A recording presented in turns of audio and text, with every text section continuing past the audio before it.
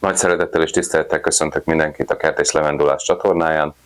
Ebben a videóban madáretetőkről, azoknak a kihelyezéséről, feltöltéséről, karbantartásáról lesz szó, ugyanis tél van, ilyenkor aktuális a madarak etetése. Mielőtt belekezdenénk ebbe a nagyon érdekes témába a madáretetőkről, előtte szeretnélek megkérni, hogy iratkozz fel a csatornámra, és hogyha tetszett a videó, akkor a végén ne felejts majd egy like gombot is nyomni. Ezzel támogatod a csatornámat, hozzásegíted a többieket, hogy hozzájussanak ezekhez a tartalmakhoz, valamint értesítést kapsz arról, hogyha legközelebb kertészeti témában, vagy bármiről készítek egy videót, ami esetleg hasznos lehet a számodra. Köszönöm szépen, akkor kezdjünk is hozzá. Először is szeretném elmondani, hogy a téli madáretetés az azért fontos, ugyanis ilyenkor alapozhatjuk meg a következő évben azoknak a madaraknak a jelenlétét, akik a kertünkben segítenek nekünk a kártevők elleni harcban. Télen megköszönhetjük a munkájukat ezzel, hogy élelemmel segítjük a túlélésüket a hideg időszakban, valamint ezt követően tavasszal a költési időszakban költőodukat is helyezhetünk ki nekik a kertbe, ezzel biztosítjuk, hogy az év minden szakában jelen legyenek a kertben a madaraink, ezért tudnak segíteni nekünk kertészetben, összeszedni a kártevőket, a rovarokat, valamint a tápláléklánc folytán ők maguk is a ragadozó madarakat oda csalják, tehát különösen a nagy számban megjelenő verebek előfordulhat, hogy ragadozó madarak is jelennek meg. A ragadozó madarak viszont távol tartják a számunkra káros madarakat, hát például télen nem jön a kertünkbe annyi varjú, vagy hogyha kerti tavunk is van, akkor a kerti tóhoz esetleg nem fog ellátogatni nekünk olyan vízimadár, például gém, ami a díszhalakat onnan elkezdeni szedegetni. Be is mutatnék pár madáretetőt, ezeket én készítettem, ki fogom helyezni a kertbe. Ez egy teljesen alap madáretető. Madáretetőknél a legfontosabb mindig az, hogy veremmel rendelkezzen, hogy a kihelyezett élelem az ne hújjon ki, valamint a szél ne tudja belőle elvinni a kihelyezett élelmet. Tetővel rendelkezzen azért, hogy a csapadék ellen megvédje a benne eszegető madarakat, valamint a kihelyezett élelmet is. Opcionálisan lehet belerakni plusz ilyen akasztókat, oda cinkegolyót is esetleg ki lehet helyezni, és hát nagyon fontos az, hogy valamilyen rögzítési pontot is kialakítsunk rajta, hogy ezt fákra, esetleg nagyobb bokrokra ki tudjuk helyezni. A madáretető kihelyezésénél elsődlegesen mindig nagyon fontos, hogy a kertünkbe ellátogató cicák azok ne férjenek hozzá, tehát hogy ne onnan táplálkozzanak, mármint a madarakat illetően ne hordják el a madáretetőről a madarakat, valamint hogyha nem szeretnénk gyakran madáretetőt gyártani, akkor a felületkezelés is nagyon fontos. Én egy vastag lazúrral kentem le, és akkor ez tavasszal a etetési időszak végeztével beszedésre kerül, és akkor következő évig szépen el lehet őket rakni.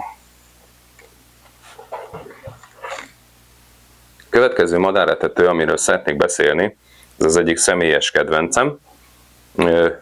Ő rajta egy ilyen bot is látható, hogy a madárkák ezen tudjanak landolni, és akkor innen tudnak beugrani a madáretetőbe. Ő egy kisebb verzió, jobban le van fedve, és mint látszik, itt a hátulján van egy ilyen léc.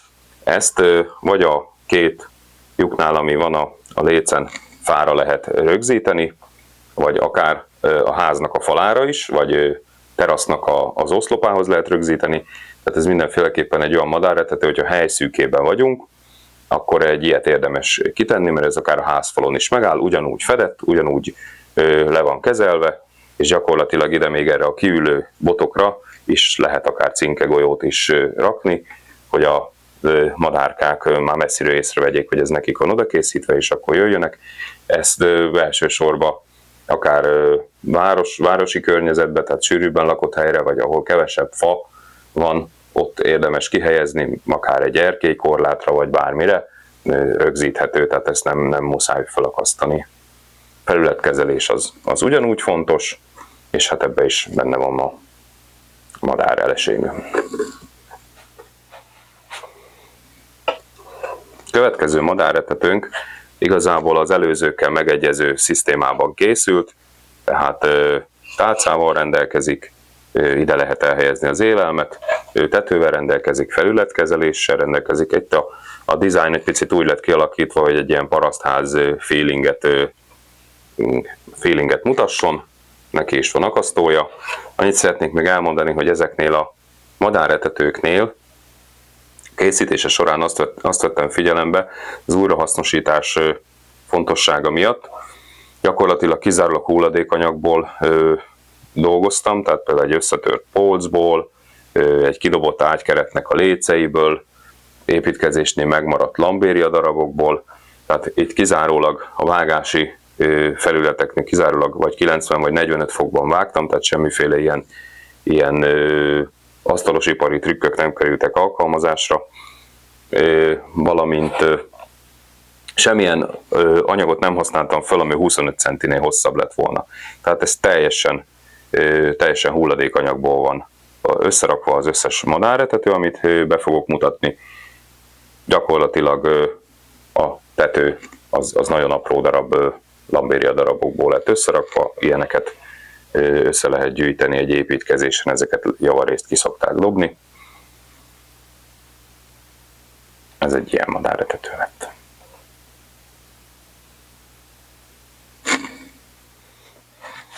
Következő madáretető, amit szeretnék bemutatni, ez az egyik személyes kedvencem az egyszerűsége miatt. Tehát itt gyakorlatilag ugyanúgy ő is hulladékanyagokból lett elkészítve. Itt gyakorlatilag egy klasszikus kisház formát alkot, 4 pálca tartja a tetőt, valamint ezen van egy ilyen dekorációnak egy ilyen lyuk. Hát ez a lyuk, ez kisfiamnak a kérésére készült, igazából nincsen funkciója, csak dekorációs elemként látható. Egyébként mind a 4 madáretető, amit itt az előbb bemutattam, annak ez az alap tálcája, ez ugyanolyan, tehát ezek egyszerre lettek legyártva, csak a rajta lévő dizájnok egy kicsit más, hogy a kertbe is belevigyünk egy ilyen különlegességet.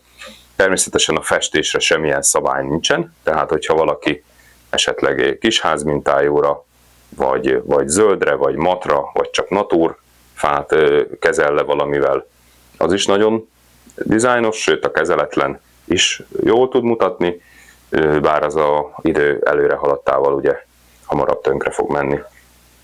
Ő is akasztóval van ellátva, őt is ki lehet helyezni egy fára, tehát ő igazából egy ilyen madáretető, tehát ő ilyen kisház mintájú.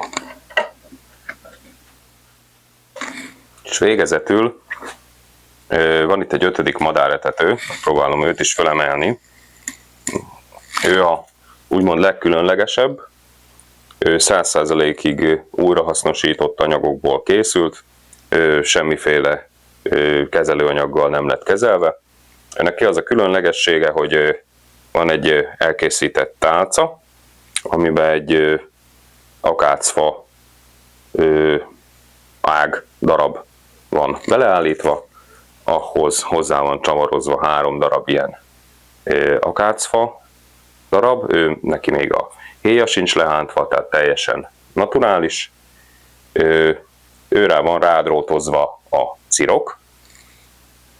Ennek az a különlegessége, ő már kim volt ez a madáretető, csak most behoztam. Ennek az a különlegessége, hogyha termelünk a kertbe cirkot, ami nagyon jó takarónövény, elég szépre megnő, akkor a magja az nagyon jó téli madáreleség. A cirok az úgy került rá helyezésre, hogy maggal együtt, ami egy plusz élelem, még pár helyen látszódik is, plusz élelem a madaraknak, tehát ezt ők nagy boldogan birtokba veszik, lecsipegetik róla a cirokmagot, és gyakorlatilag ez a cserép fogja össze a tetején a cirkot.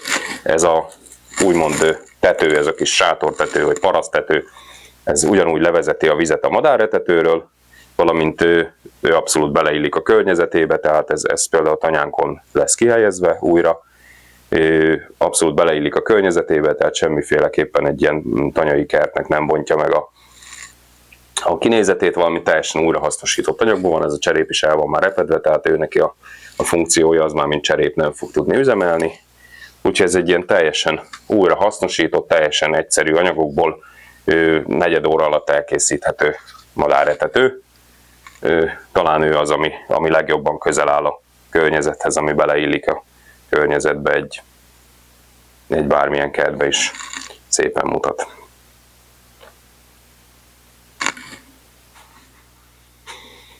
Most végezetül pár gondolat a téli madáretetésről, amik hasznosak lehetnek.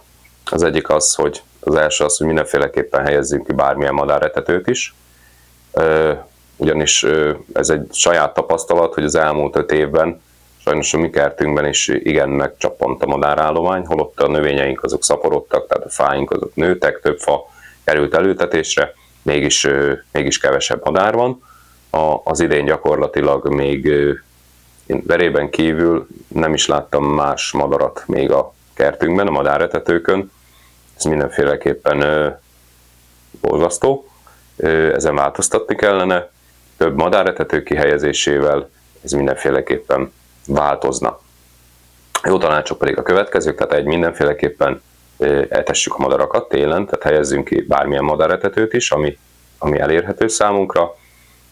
Ha elkezdtük a madarak etetését, akkor azt a tél folyamán ne hagyjuk abba, ugyanis hogyha odaszoktak a madarak, akkor azok várják, hogy gondoskodjunk róluk. Hogyha hirtelen abba hagyjuk a madarak etetését, akkor gyakorlatilag ezzel egy ilyen éhezést tudunk náluk alakítani, és hogyha például nagy hideg van, akkor ha nincs erejük más helyen táplálékot keresni, akkor el is pusztulhatnak. A harmadik fontos dolog, hogy mindenféleképpen madaraknak való eleséget szerezzünk be, tehát a száraz kenyér, a péksütemény, a cukros, sós, kakaós, lekváros sütemények, ezek őrleményei, darálmányai, ezek nem alkalmasak madáretetésre. Mezőgazdasági boltból, vagy bármilyen boltból, szupermarketekben is lehet árulnak cinkegolyót, madáreleséget, mindenféleképpen ilyeneket használjunk. Ha saját magunk nem termelünk, vagy nem tudjuk előállítani. Valamint, hogyha szeretnénk, hogy ezek a madarak ott maradjanak a tavasz folyamán is, akkor a téli madár etetést követően költőodukat is helyezzünk ki, akkor a madarak ott fognak költeni a kertünkbe, és hogyha egy ilyen rotáció kialakul, tehát az a kismadár, ami ott kelt ki a mi kertünkbe, az jó részt ott is fog maradni a környéken, tehát ezzel a településünk, a városunknak a madárállományát is növeljük, és ezzel csak jót teszünk a környezetnek, mert a madarak a mi segítőink a kertbe, tehát növényvédelem egy nem elhanyagolható forrása az, hogy a madarak a kertbe a kártevők ellen harcolnak velünk, mellettünk. Mindenféleképpen gondoskodnunk erről. Köszönöm szépen, hogyha megnézted ezt a videót. Ha tetszett, akkor mindenféleképpen lájkold, iratkozz fel a csatornámra, és akkor értesülsz arról, hogyha más kertészettel kapcsolatos videót is fogok készíteni, ami terveim között szerepel. Valamint, hogyha készítsek esetleg egy olyan videót, amiben madárház vagy madárodó, madáretetőnek a részletes lépései vannak leírva, hogy hogyan tudunk hulladékanyagokból viszonylag kevés pénzből madáretetőt építeni, akkor ezt kommentbe mindenféleképpen írt hozzá a videóhoz. Ha esetleg konkrétan van elképzelés, hogy az itt bemutatott madáretetők közül melyiket készítsem el esetleg egy videó formájában, akkor azt én nagyon szívesen megteszem, és akkor arról fogok csinálni egy videót. Még egyszer köszönöm szépen, hogyha megnézted, lájkold a videót, és iratkozz fel a csatornámra. Köszönöm szépen a figyelmet, Kertész Levendulász voltam.